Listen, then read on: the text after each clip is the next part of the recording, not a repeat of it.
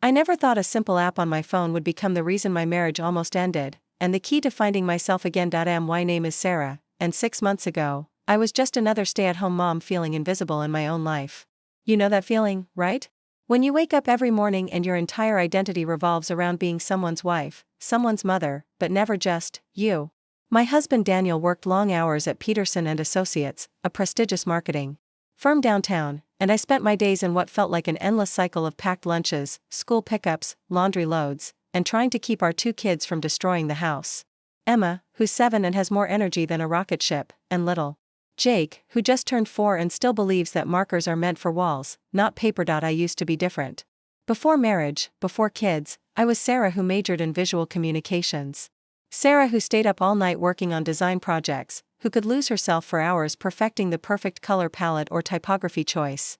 But somewhere between diaper changes and PDA meetings, that Sarah had disappeared so gradually I didn't even notice she was gone. It all started innocently enough during one of those January afternoons when the kids were at school and I was folding what felt like the millionth basket of laundry. My sister Maya called. She's the successful one, runs her own PR company in Chicago, and we fell into our usual weekly catch-up. Sarah, I was looking through some old college photos last night, Maya said, her voice warm through the phone speaker. Remember that portfolio you created for Professor Williams' class? The one with the coffee shop rebrand? It was absolutely stunning. You always had such a good eye for colors and layouts. I paused, a pair of Daniel's socks in my hands. That feels like a lifetime ago, Maya. It doesn't have to be. Have you heard of this app called Canva? My assistant swears by it. You should try creating some graphics, just for fun. You know, see if that creative spark is still there. After we hung up, I stared at my phone for a long moment. Then, almost without thinking, I downloaded it.at first. I just made simple things. Birthday invitations for Emma's princess party, a cute quote card about motherhood to share on my Instagram that all 3 of my followers would see. But something magical happened the moment I opened that first blank canvas. The familiar thrill of arranging elements, of watching colors dance together, of finding the perfect font that could make words sing, it all came rushing back like muscle memory. The first real design I created was a meal planning template for myself. Nothing fancy, just a weekly grid with soft pastels and clean typography. But when I looked at it, really looked at it, I felt something I hadn't felt in years. Pride. Not pride in getting the dishes done or keeping the kids alive another day, but pride in creating something beautiful, something that was entirely mine. I started small. A grocery list template. A chore chart for the kids that actually looked appealing instead of like a prison sentence. A birthday card for my neighbor Mrs. Henderson that made her cry happy tears when I gave it to her. Daniel barely noticed at first. He'd come home at 7 p.m. sharp, kiss my forehead in that absent-minded way married couples do after 8 years. Ask, "What's for dinner?" and immediately retreat to his laptop to catch up on emails he claimed couldn't wait until tomorrow. "How was your day?" he'd ask, but his eyes were already scanning his screen, his mind already somewhere else. "Fine," I'd answer, because how do you explain the rush of creating something beautiful to someone who sees your days as empty hours between his morning coffee and evening return? How do you tell your husband that you spent 20 minutes perfecting the kerning on a quote about courage, and it felt more meaningful than any conversation you'd had in months? The routine was so predictable I could set my watch by it. Daniel would eat while scrolling through work emails, ask if the kids had finished their homework, mention something about his day that I was supposed to respond to with the right level of interest, and then disappear into his home office for another hour of urgent work, and I would clean up dinner, help Emma with her math homework while bouncing Jake on my hip, read bedtime stories in voices that made my throat scratchy, and finally collapse on the couch around 9 p.m., wondering when I had become so good at being invisible in my own life, but now I had Canva.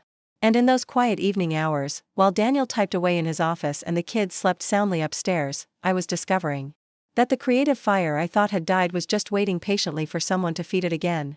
The comments started small, like paper cuts that you don't notice until they start to sting. 3 weeks into my Canva exploration, I'd created my first real project outside of our family, a social media post for our local library's book sale. Mrs. Patterson, the head librarian, had mentioned they were struggling to get people interested in their monthly fundraiser. "The flyers we usually make look so amateur," she'd sighed during Emma's storytime. So I went home and spent 2 hours crafting something special.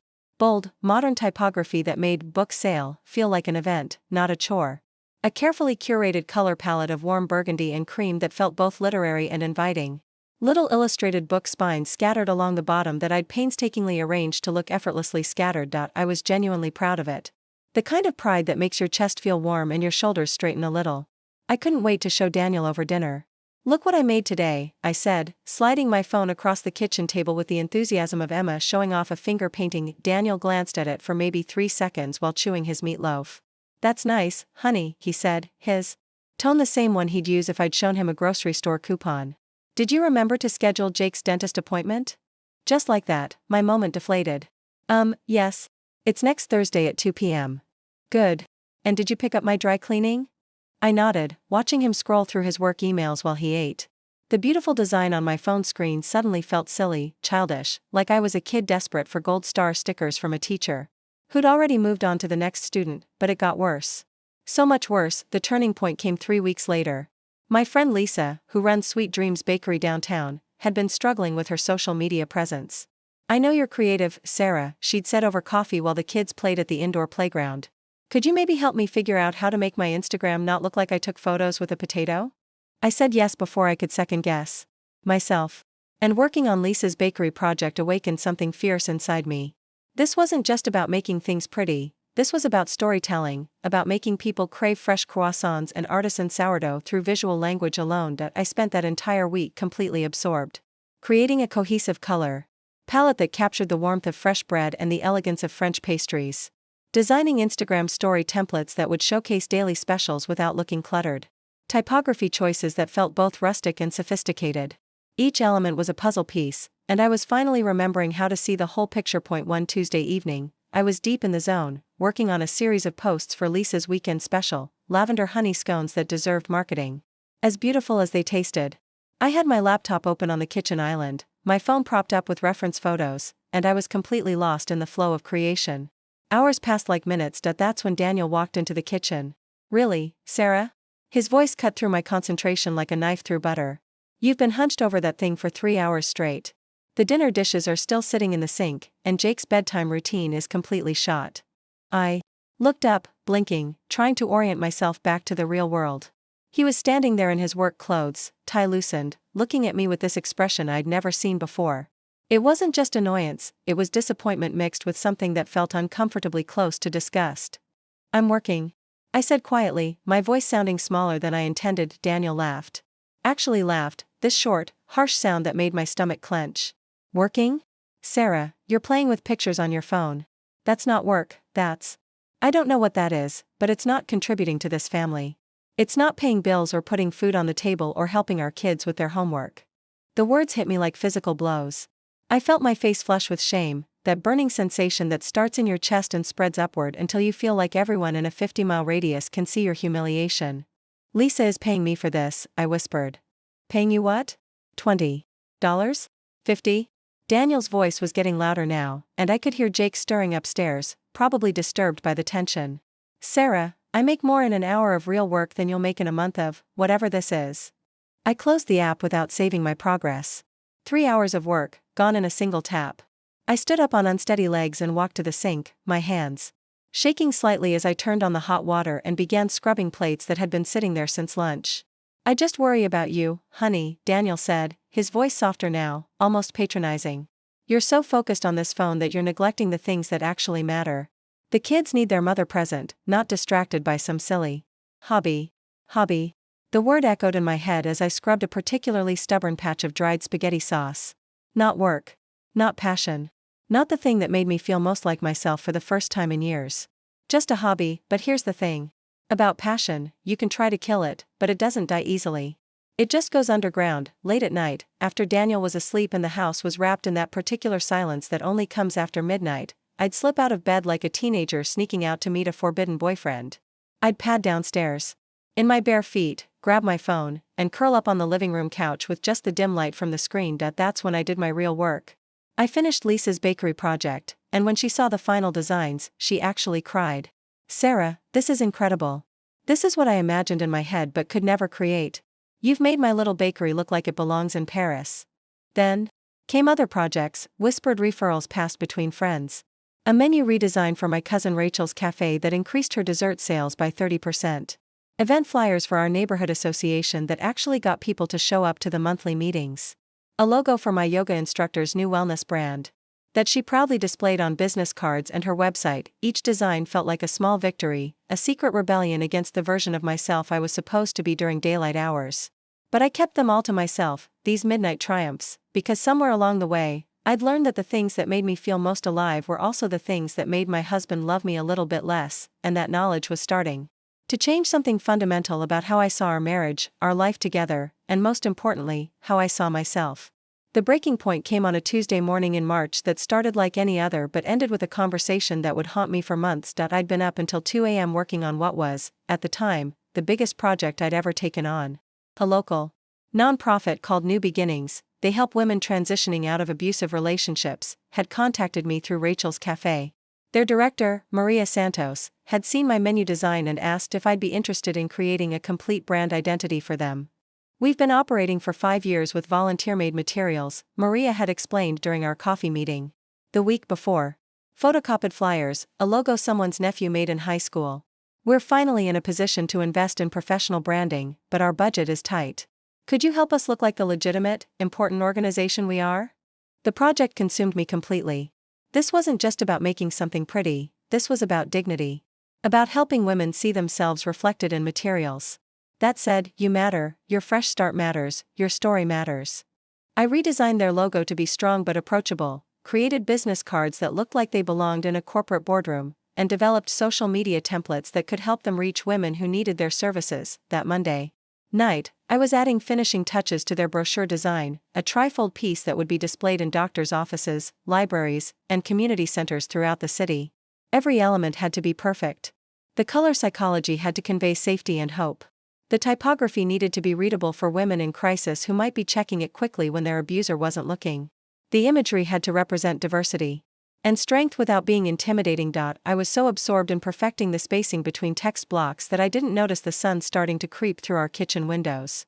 By the time I looked up, it was nearly 2:30 a.m., and my neck was stiff from hunching over my phone and laptop. I must have dozed off right there at the kitchen table, because the next thing I knew, Daniel was standing over me, still in his pajamas, holding his coffee mug and staring at me with an expression I'd never seen before. "This is ridiculous," he said, his voice sharp enough to cut through my drowsy fog. "Sarah, look at yourself." I sat up, disoriented, my phone still clutched in my hand with the Canva app open to my brochure design. My neck ached, there was a crease on my cheek from sleeping on my arm, and I could feel that my hair was sticking up at odd angles. "You look like hell," Daniel continued, setting his coffee mug down harder than necessary. "You're neglecting everything, the kids, the house, yourself, and for what? Some stupid app that's making you think you're some kind of designer?" I tried to shake off the fog of exhaustion and explain. "Daniel, this isn't just random stuff. This nonprofit, New Beginnings, they're doing incredible work helping women escape abuse. They loved my designs. Maria said they've never had materials that looked so professional. And they want to pay me $500 for the complete package." I held up my phone, showing him the brochure I'd been perfecting. 3 panels of carefully crafted information, a color scheme that balanced professionalism with warmth, testimonials from women whose lives had been changed arranged in a way that felt hopeful rather than exploitative. Daniel looked at my phone screen for maybe 10 seconds. Then his expression shifted from annoyance to something so much worse, pity. The kind of pity you'd give to a child who was convinced their crayon drawing was going to hang in a museum. $500, he repeated, and I could hear something cruel creeping into his voice. "Sarah, I make more than that in a single day. In half a day, actually. You're acting like this hobby of yours is a career, like these little projects are something important. It's embarrassing." That word, embarrassing, hit me like a physical blow. I felt all the air leave my lungs at once. "Embarrassing," he repeated, as if he wanted to make sure I understood. "My colleagues ask about what my wife does, and what am I supposed to say? Oh, Sarah makes little graphics on her phone? Do you know how that sounds?" I stared at him, this man I'd been married to for 8 years, the father of my children, and realized I was seeing him clearly for the first time in a very long time. The way he was looking at me, it wasn't the way you look at someone you love and respect. It was the way you look at someone who's disappointing you simply by existing. "These women need help," I whispered, holding up the phone again. "This organization is saving lives, and I'm helping them reach more women who need Sarah." Daniel's voice was firm now, the tone he used with the kids when they were misbehaving. "This is not a business. This is not a career. This is you avoiding real life by playing on your phone. And it's affecting our family." He gestured around the kitchen, at the breakfast dishes I hadn't done yet, at Jake's backpack sitting by the door where I'd forgotten to pack his lunch, at the permission slip for Emma's field trip that was still sitting unsigned on the counter. Look around. This is your actual job. Taking care of our home, our children. Not staying up all night making pictures for strangers. The shame that washed over me was unlike anything I'd ever felt. It was hot and thick and suffocating. I felt small, so small that I wanted to disappear entirely. Without saying another word, I opened my phone and deleted the brochure I'd spent all night perfecting. 3 days of work, gone in 2 taps. Then I deleted the logo variations. The business card designs. The social media templates. What are you doing? Daniel asked, his voice softer now. Getting rid of it, I said, my voice barely audible. You're right. It's embarrassing. I called Maria that afternoon and told her I couldn't complete their project. I made up some excuse about family obligations, and I could hear the disappointment in her voice when she said, I understand, Sarah. If you change your mind, the offer stands. Your work was exactly what we were looking for. But I had already made up my mind. I put my phone in the kitchen drawer next to the takeout menus and tried to be the wife Daniel seemed to want. I organized playdates for the kids, deep cleaned every corner of our house until it sparkled, and cooked elaborate meals that Daniel would eat while scrolling through his work emails, but the silence in our house felt different now. Heavier. Like something important had died, and we were all just pretending not to notice the smell. For 2 weeks after that devastating morning, I tried with every fiber of my being to be the version of myself that Daniel approved of. I became a woman I didn't recognize, a perfectionist homemaker who organized playdates with military precision, who deep-cleaned baseboards that were already spotless, who cooked elaborate 3-course meals that took hours to prepare and minutes to consume while Daniel scrolled through work emails. I threw myself into being the good wife with the same intensity I'd once reserved for my designs. Emma's lunch became a work of art, sandwiches cut into perfect shapes, fruits arranged in rainbow patterns, little notes tucked into her lunchbox that said things like, Mommy loves you, in my neatest handwriting. Jake's bedroom was reorganized 3 times until his toy bins were color-coordinated and labeled with pictures he couldn't even read yet, but something was eating at me from the inside, something that no amount of domestic perfection could satisfy. It was like trying to fill a swimming pool with a teacup. No matter how much I accomplished, the emptiness remained. The house had never been cleaner, the meals had never been more elaborate, and the kids had never been more scheduled and organized. And Daniel noticed. See, he'd say, coming home to a spotless kitchen and the smell of homemade lasagna. You're so much happier now that you're not wasting time on that phone. This is what I was talking about, you're present now. You're here. With us. I'd smile and nod, feeling like I was watching my life from outside my body. Present. As if the woman who'd stayed up until 2 a.m. helping a non-profit reach women in crisis hadn't been present. As if the Sarah who'd increased Lisa's bakery sales by 30% had somehow been absent from her own life. But late at night, when Daniel was asleep and the house was quiet, I'd lie in bed staring at the ceiling, feeling like I was slowly disappearing. Not dramatically, not all at once, but gradually, like a photograph left in the sun too long. Then, 3 weeks into my experiment in being the perfect wife, my phone rang at 10 a.m. on a Thursday. The kids were at school, Daniel was at work, and I was in the middle of organizing our linen closet by thread count, because apparently that's what my life had become. It was Emma Coleman, a girl I'd roomed with during junior year of college. We'd kept in touch sporadically over the years. Christmas cards and birthday wishes on Facebook, but we hadn't had a real conversation in probably 3 years. Sarah. Emma's voice was breathless with excitement. I know this is out of the blue, but I had to call you. I just started my own marketing consultancy 6 months ago, and I'm drowning in client requests for graphic design work. I remembered how talented you were in Professor Williams' classes. Do you know anyone who could help? Someone I could subcontract work to? I'm willing to pay really well. I stood there in my perfectly organized linen closet, holding a stack of towels that I'd folded and refolded 3 times, and felt something shift inside my chest. It was like a door I'd nailed shut was starting to crack open. What kind of work? I heard myself ask. Everything. Social media graphics, brochure design, logo work, presentation decks for client pitches. I have a restaurant client who needs a complete menu redesign, a real estate agent who wants social media content that'll attract first-time homebuyers, and a tech startup that needs presentations impressive enough to wow investors. The pay ranges from $200 to $2,000 per project, depending on scope. My hands were shaking as I set down the towels. $2,000 for one project. That was more than Daniel's monthly car payment. Emma, I said slowly, what if I told you I might be able to help? There was a pause. You? Sarah, that would be incredible. But don't you have your hands full with the kids and everything? There. In school during the day, I said, surprising myself with how quickly the answer came. I could work while they're gone. That afternoon, while Daniel was in back-to-back meetings and my perfect house sat around me like a beautiful prison, I downloaded Canva again. The first project Emma sent me was for a family-owned Italian restaurant that had been struggling since a newer, trendier place opened down the street. They needed a menu redesign that would make their traditional recipes feel fresh and exciting again. I spent 4 hours on it, and it felt like coming home. I didn't just redesign their menu, I told their story. Warm colors that evoked Sunday dinners at Nana's house. Typography that felt both classic and contemporary. Strategic placement that would naturally guide customers toward higher profit items. Descriptions that made you taste the food before you ordered it. When Emma showed the design to the restaurant owners, they cried. Literally cried. "This is our family," the owner said. "This woman understood our heart." Emma called me that evening, her voice electric with excitement.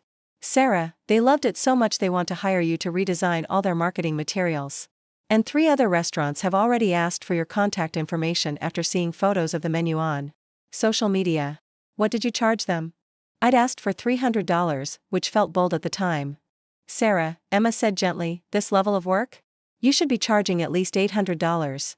Maybe more." That was the beginning of everything changing. Over the next month, working only during Daniel's office hours and the kids' school time, I took on project after project through Emma's network. A real estate agent who wanted social media content that would speak to millennial homebuyers. I created templates that made buying your first house feel like an achievement, not an anxiety attack. A tech startup that needed presentation decks. For investor meetings, I designed slides that made their data sing and their vision feel inevitable, and I was good at it. Really, really good. Each project built on the last one. Clients started referring me to their friends. Emma's consultancy colleagues began reaching out directly. Within 6 weeks, I had a waiting list of potential clients, and I was making more money than I'd ever imagined possible, more than some of my friends made at their full-time corporate jobs. I opened a separate bank account at a different branch than our joint account. I told myself it was for tax purposes, but really, it was because I wasn't ready to have the conversation about how wrong Daniel had been. About how the hobby he'd found embarrassing was now generating more income per hour than his prestigious marketing job. The irony was beautiful and terrible at the same time. Daniel started noticing changes in me, but he attributed them to his lecture about the app and my return to proper priorities. "You seem happier lately," he'd say, finding me humming while I cooked dinner. "More like yourself again." If you've ever felt invisible in your own life, if someone has ever made you feel small for chasing something that lit you up inside, if you've ever been told your dreams were too silly or too small to matter, leave a like and subscribe to this channel.